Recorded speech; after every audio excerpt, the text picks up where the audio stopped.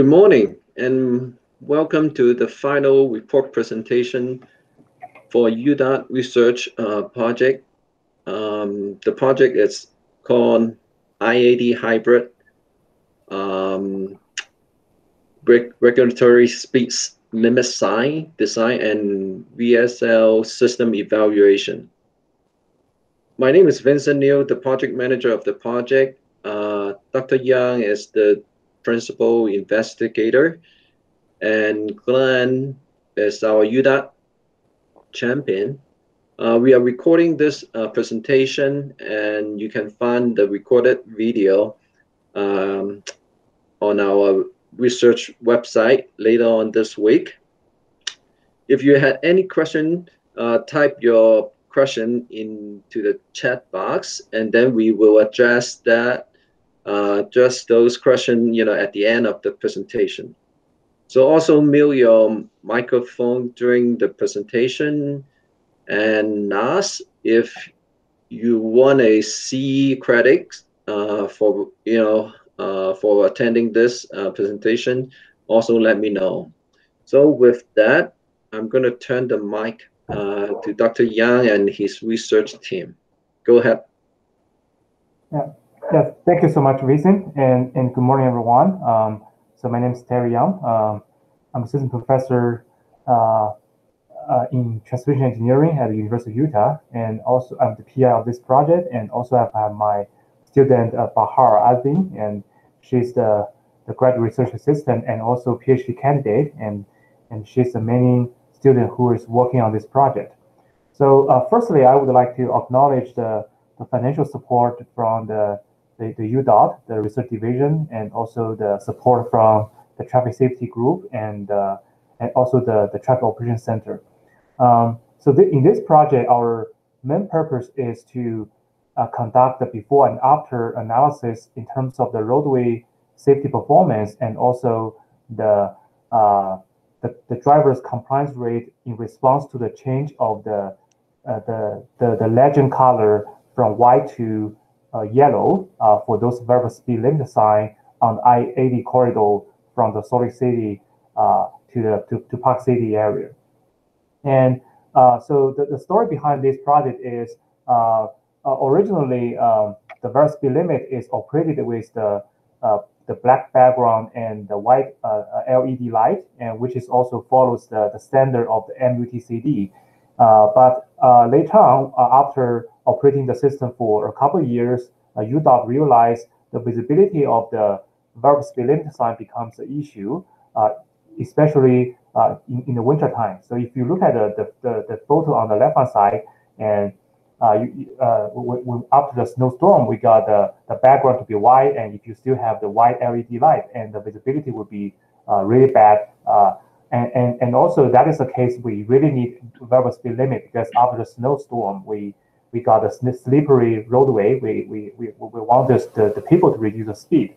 So that's why later on, UDOT decided to change the color from white to amber, and then they deployed the new system over here. So on the right hand side figure, and so in this photo, you just directly by comparing these two photos, we can observe the visibility of the signing has been improved a lot. So given that background, this research mainly focused on collecting data, build up models to evaluate the safety performance improvement, and also driver's compliance rate improvement before and after the deployment of this new amber variable speed limit systems. Right. So then I will pass this to my student Bahar to introduce the technical details. Good morning, everyone. My name is Bahar, and I'm a PhD student working with Dr. Yang. So here in this presentation, I'm going to present to you all the tasks that we have accomplished for this project for the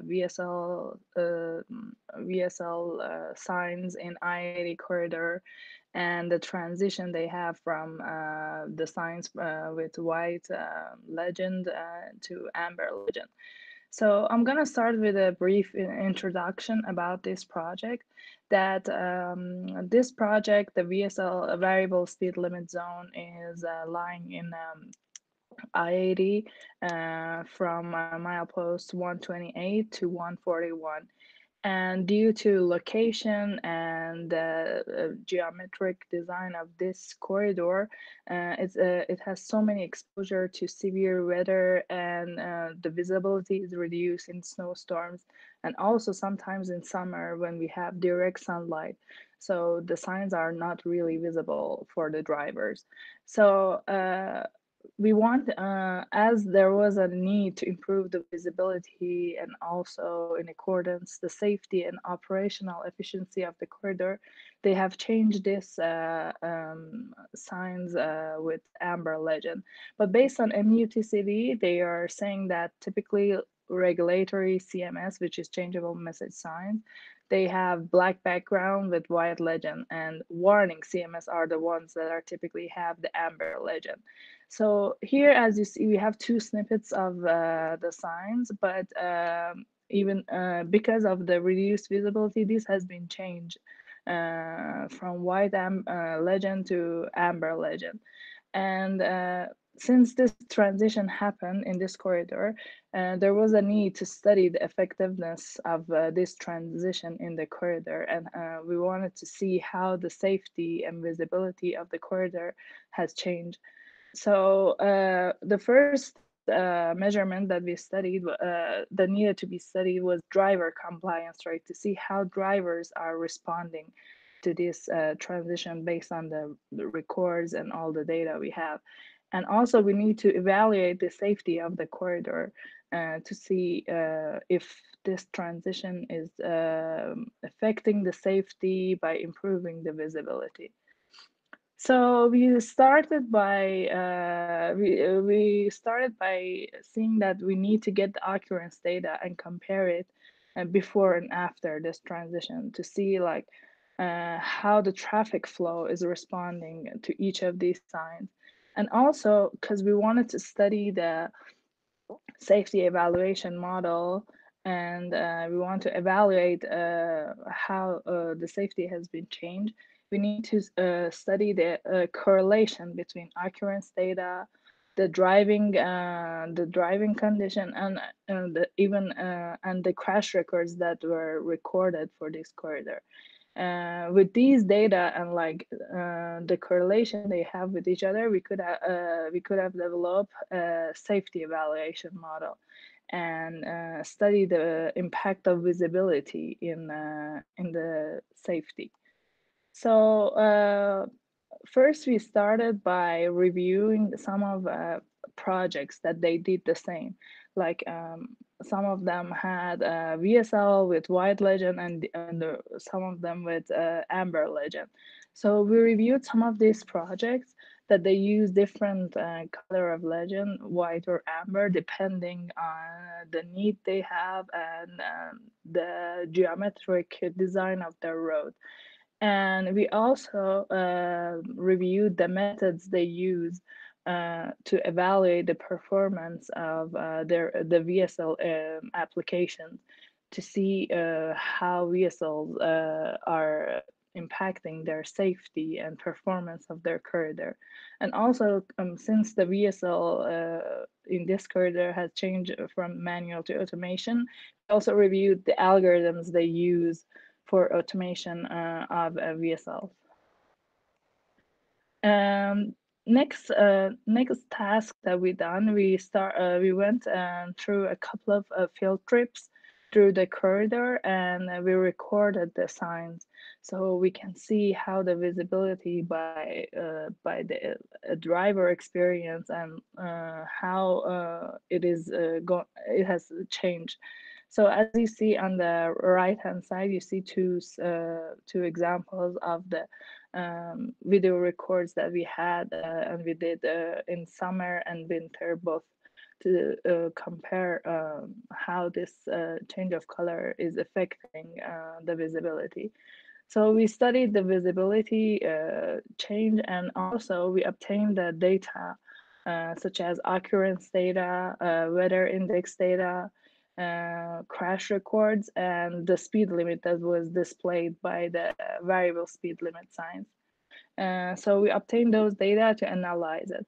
The first few outputs that we got from analyzing this data, we noticed that there is a decline in average flow speed, and the compliance rate of drivers has improved.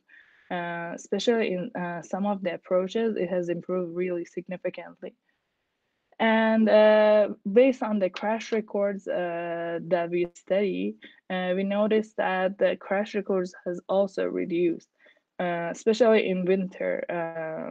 With the new legend, the crash records has declined significantly. Next, in the next step, we find the need to study the correlation. Study the correlation of collected data. Since we wanted to study this, we wanted to develop a safety model. We started by studying the relation between all of these variables and data we obtained from UDOT to see how they are related and how we can use them in our safety model. So based on the correlation result, we figure out that the four major and key variable we can use for our model is the traffic flow data, which includes the speed and the flow, and also the environment and driving conditions, such as the weather, if it's rainy, if the surface is slippery or not, and the display speed limit by the variable speed limit sign. And at the end, the crash records, which is the variable that we used in our model to estimate it. So the first three variables were actually our input, and the crash records were our output.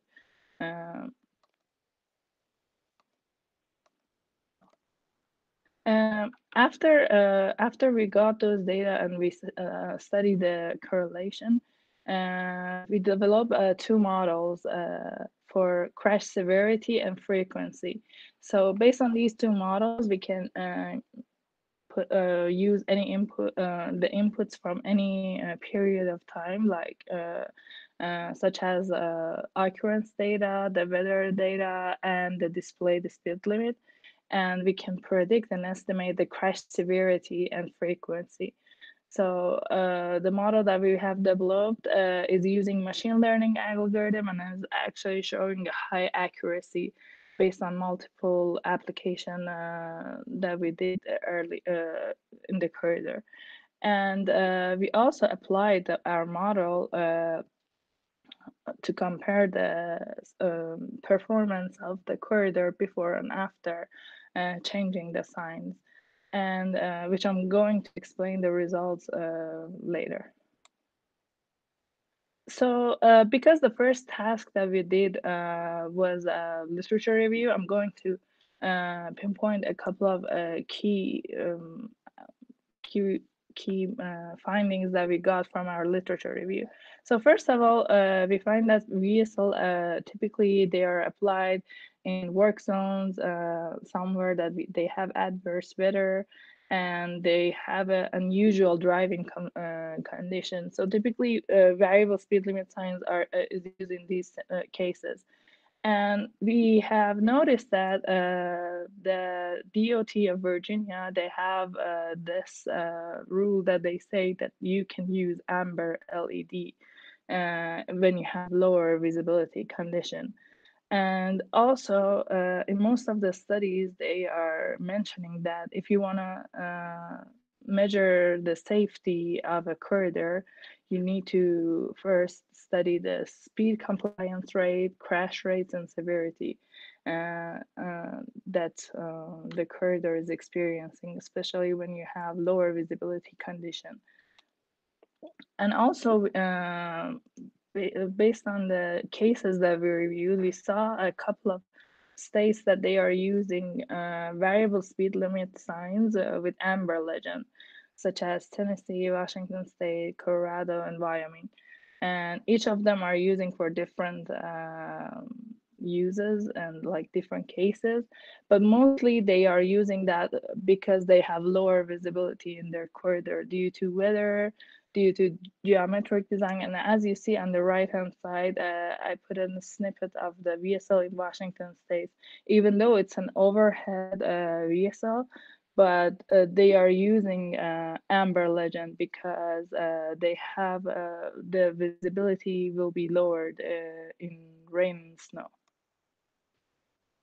So the first thing that we needed to analyze was the speed data, and in order to analyze the speed data, we needed to obtain the average speed, the speed distribution, and driver's compliance, right? And also another variable that you need to study for the speed data is the speed variation from speed limit. We also studied the 85 percentile speed and the ratio of the high speed that we have all over the obtained records.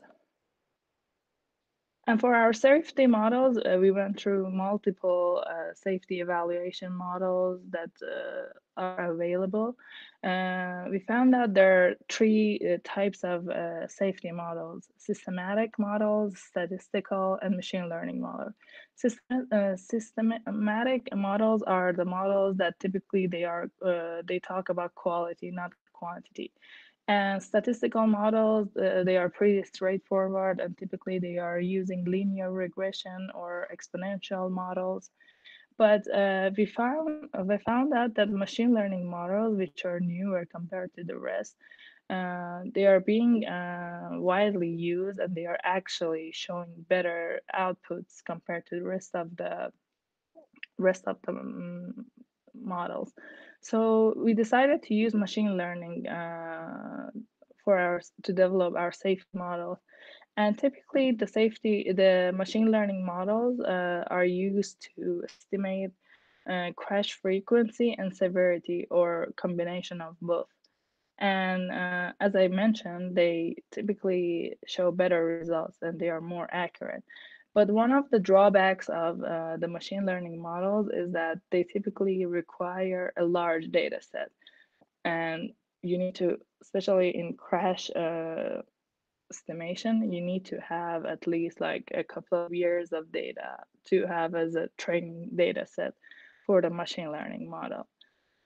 So in this project, we tried multiple machine learning algorithm, but based on the output that we got and the precision that we got, we decided to use support vector machine for crash frequency and artificial neural network for crash severity.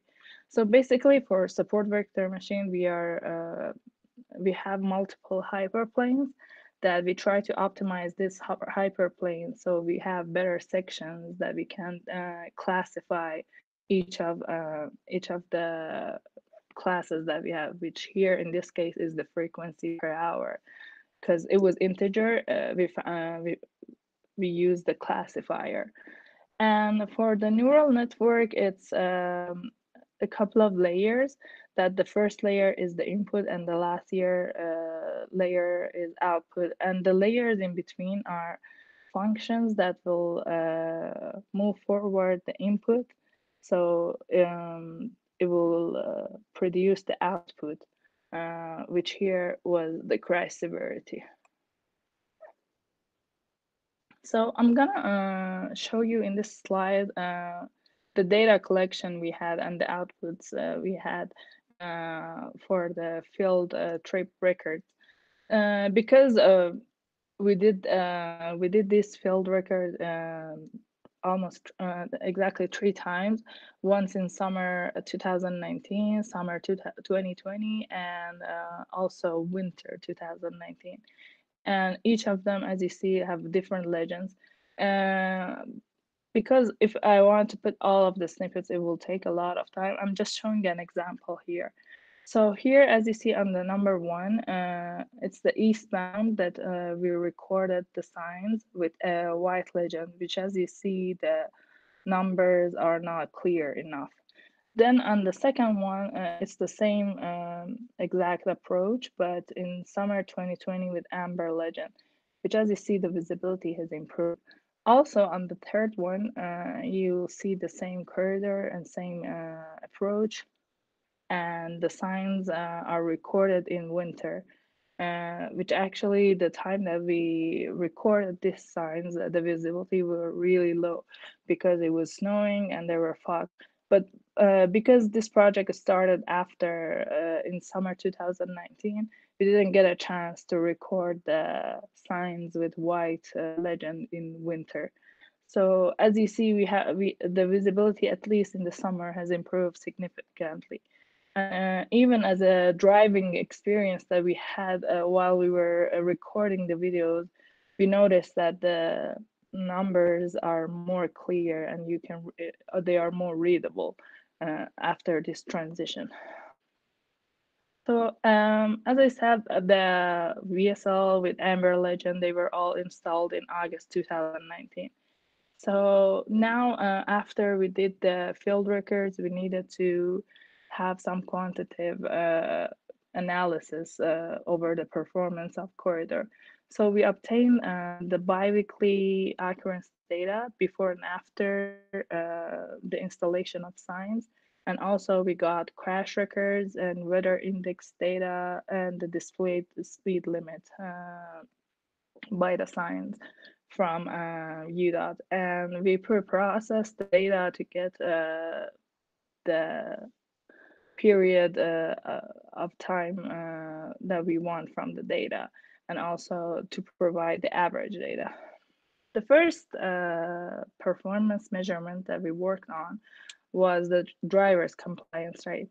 As you see in eastbound and westbound, in some of the stations, the compliance rate actually improved significantly, like as in eastbound in station 10616, you see in winter January 19, which was before implementation, the compliance rate were less than 70%. And after that, it has improved to almost 85%. But it also, on the other hand, we had some cases that the compliance rate has stayed unchanged or even reduced.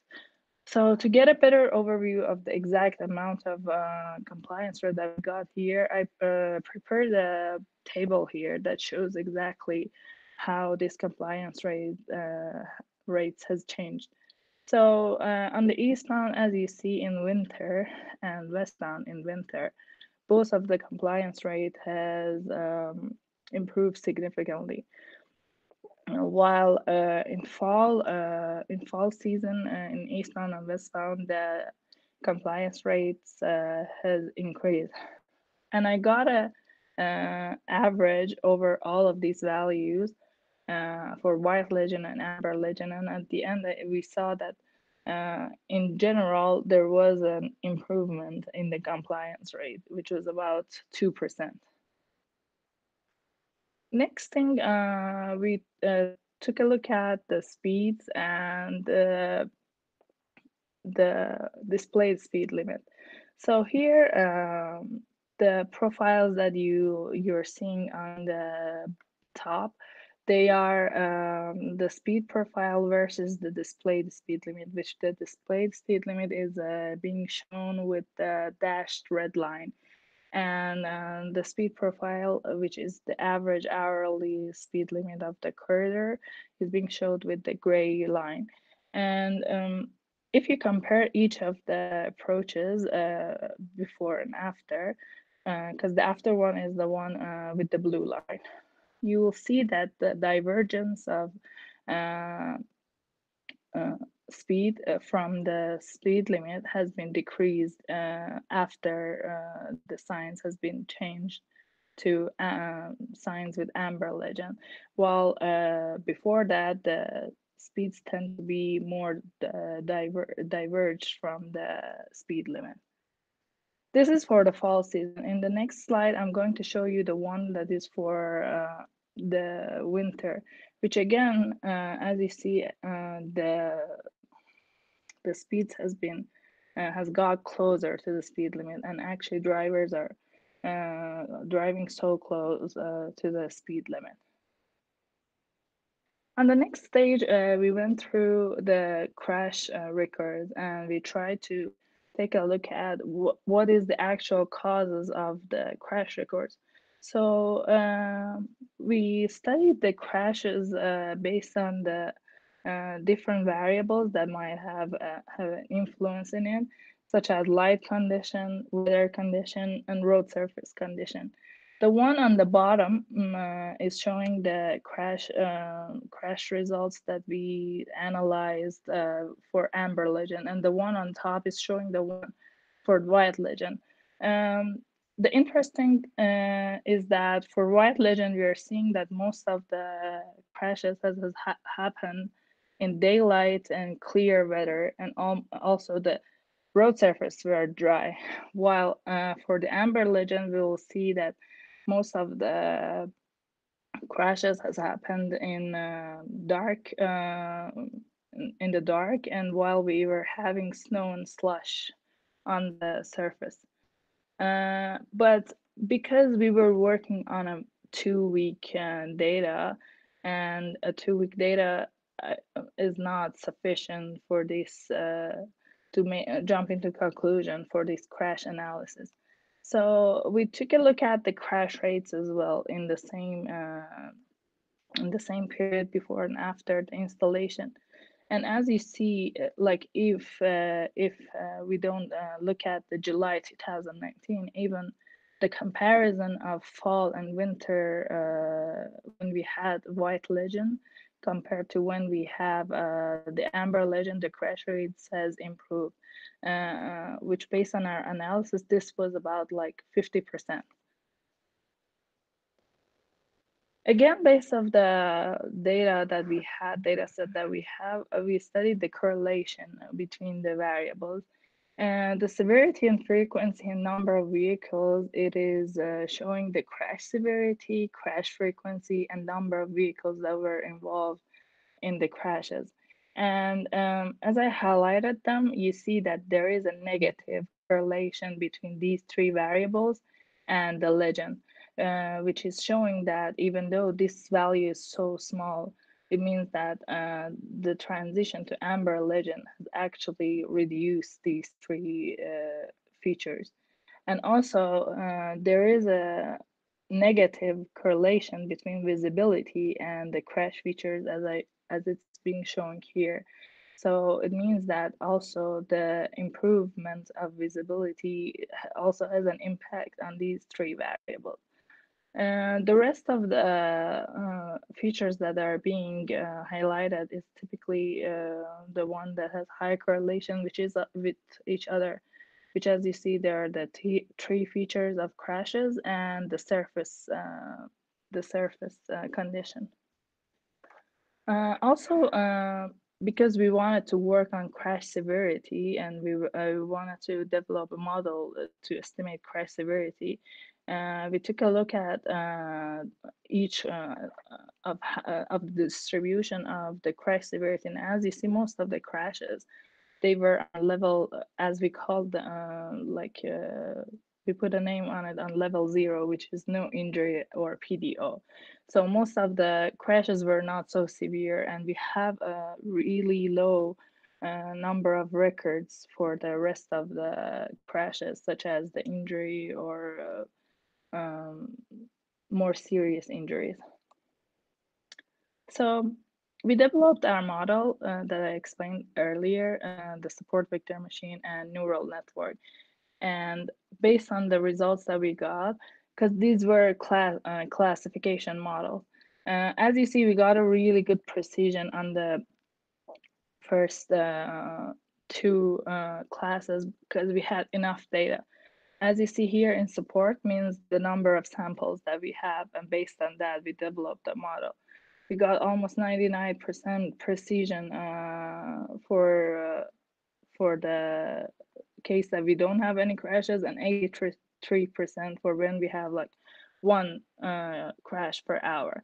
But for the rest, as you see, because we didn't have enough data, the precisions are not really significant. So In the next step, because we wanted to make sure about the precision of our model, in machine learning, they typically use something which is called cross-validation, which they will divide the data set into k subsets, which is typically 5 to 10. And here in each subset will be test set and the rest will be training set. So the model will be trained on the training set and it will be used on the test set. They typically do that to reduce bias and reduce the fact that they are not using all of the data. So with this approach, they are actually applying the model onto the whole data set. So we did the same thing. We did the cross-validation for our model, and we did it for 5 times. And as you see, here we have the accuracy and the mean square error of the models of the application, each of the iteration that we got. And here again, the accuracy, the average accuracy of all of the iteration is really high. They're almost all close to 1.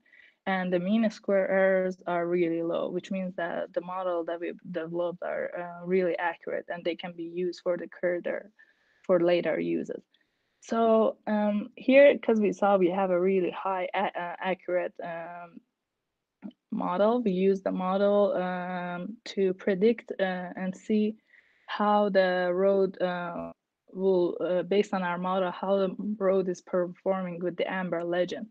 So we applied the model on the period that the legend of the signs were amber.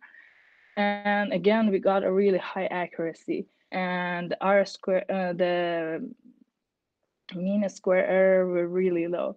And here in the next slide, I'm showing the confusion matrix, which is showing how each of these labels were predicted. And again, as you see on the first 2 classes, we are seeing that most of the estimations were actually accurate. Based on the results that we got from this application, we noticed that the crash records from white legend to compared to amber legend, based on our model, is showing to be reduced by 80%, and also the crash severity will reduce by 10% when we transition to the amber legend. So this is the results that we got when we applied our model on the corridor with amber legend compared to the white legend. So at the end, I wanted to talk about all the conclusions that we got from this research project.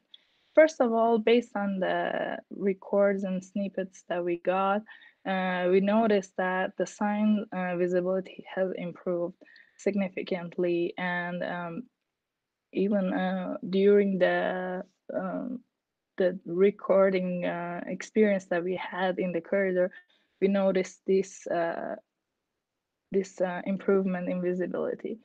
Also, based on the speed records that we got from UDOT, we noticed that there is a decline in average speed for the traffic flow, and drivers are actually tending to drive closer to the speed limit.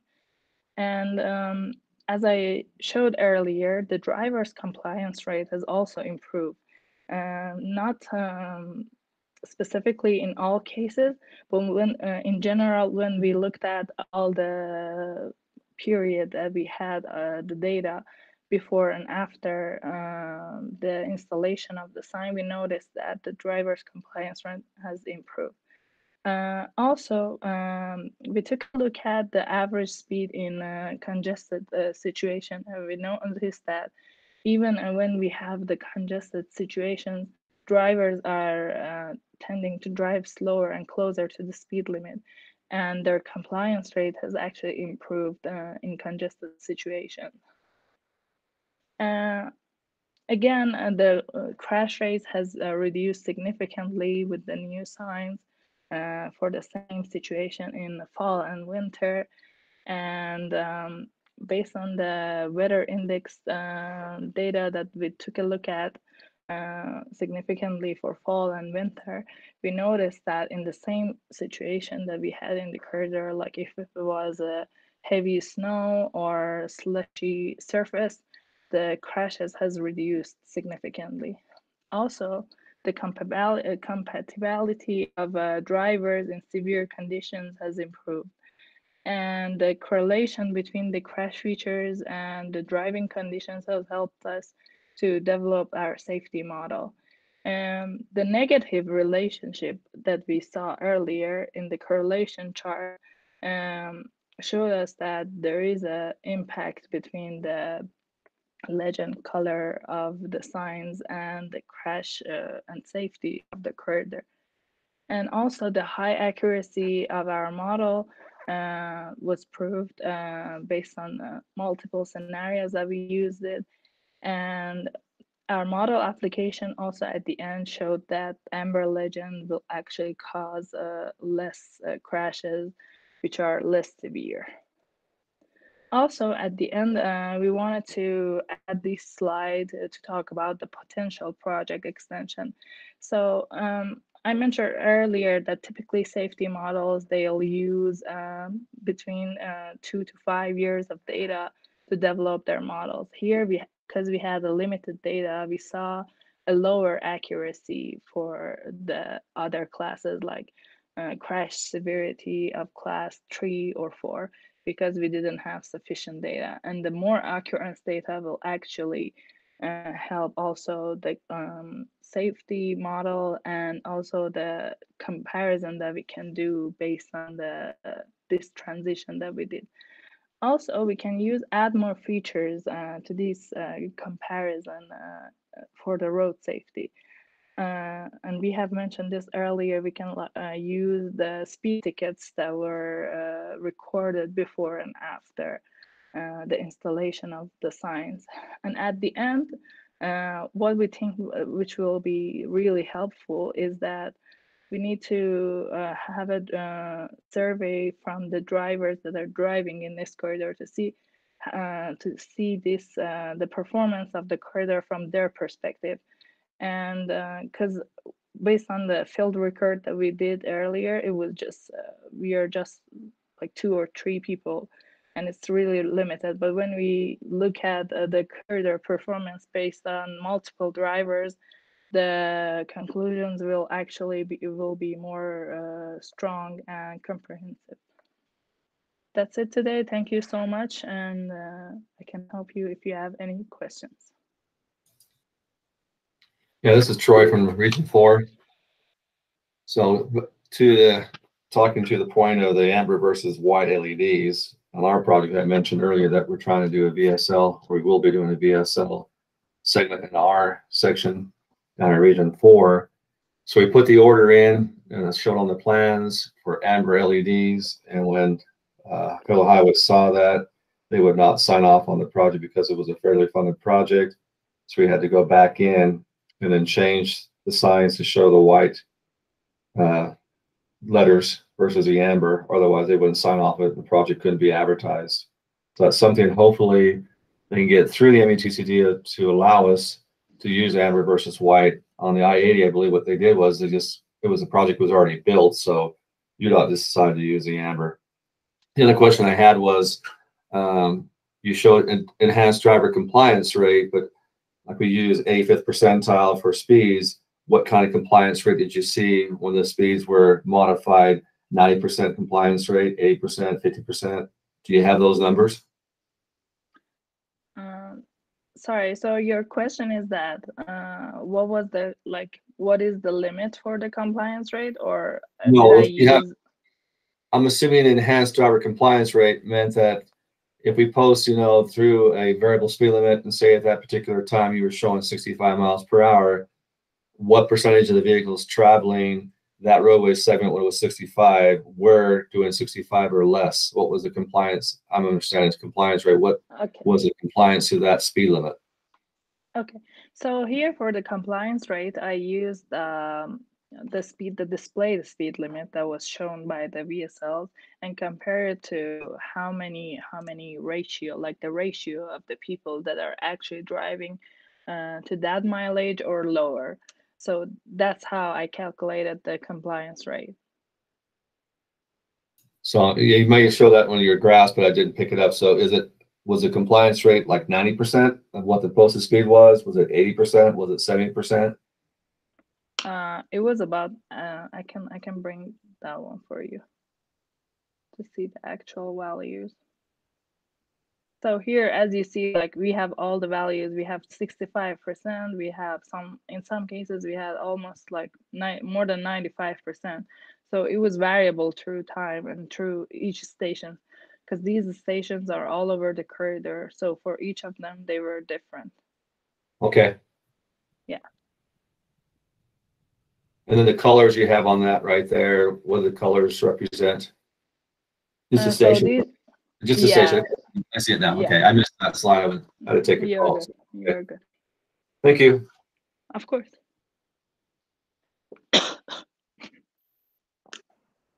There's a question from the chat box from Rod.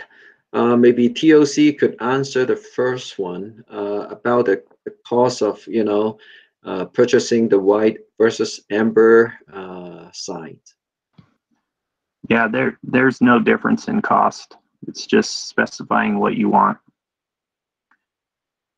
And then as far as question number 2, does Utah MUTCD currently allow both colors? It's not technically allowed in the MUTCD, which kind of goes to Troy's point that FHWA is not signing off on this. But other states have deployed these signs, and we decided to try them out on I-80 just because of the issues we were having with the existing white signs. And this research was basically done to, kind of strengthen the argument that these signs should be allowed. So anyway, this is great research, and I'm hopeful that we can get this in front of our FHWA office at some point, and have them see that these signs really do help. So anyway, thank you.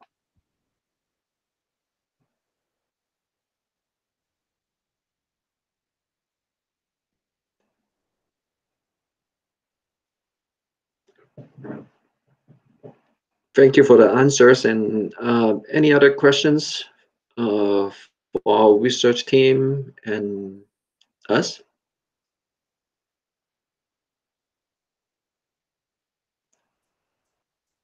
So I guess my question is, what are the next steps here? Is this complete and done, or is there more that needs to happen before we call this final?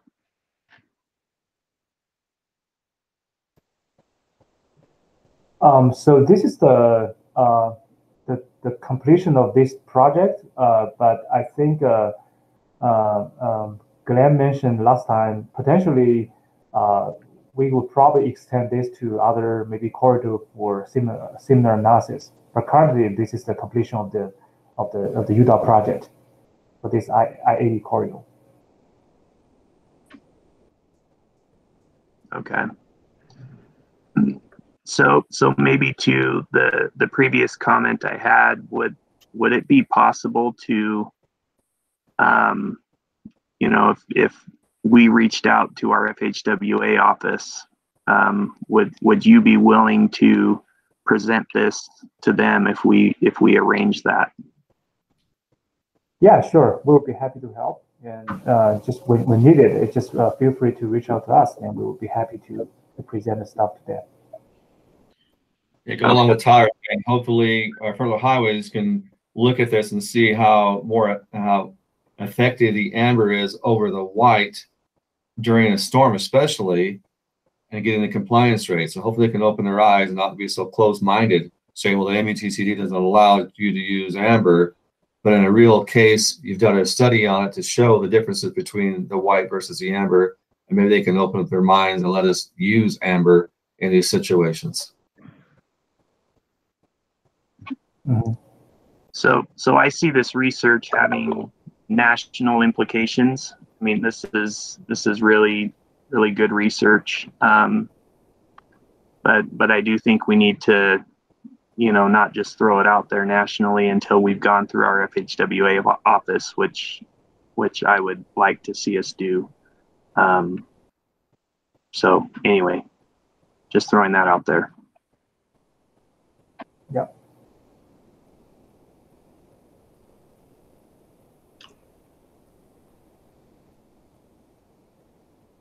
Great.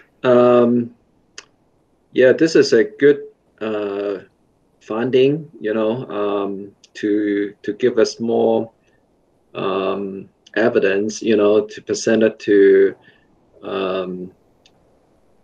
a future maybe implementations. So Troy, is it Region 4 looking for something like that, and to maybe doing a project or two for Region 4? So we have the project was already in construction right now. It's a 2-year project. So this season right now, they'll install all the equipment. We're working with others on the VSL algorithm for ours. They're taking information that we've been collecting through the winter to see how it would affect speeds. So our goal is hopefully by fall to have our VSL in operation. And our goal also is then to start including weather into our algorithm to help out with it, and so weather conditions. But this information right here is very useful for us to show how the amber, and maybe down the road we can switch out our displays from the white to amber, and we can get approval to do that. Agree. Well, if there's no other questions, and we thank you for the research team from the University of Utah, and also the TOC and all the techs, the contribution to this research projects. We thank you, and this will conclude our final presentation. Thank you again. See you. Thank you all. Thank you. Have a good Thank night. Bye. you. Thanks, Vincent. Thank you. Thanks, all. Bye. Bye. Bye.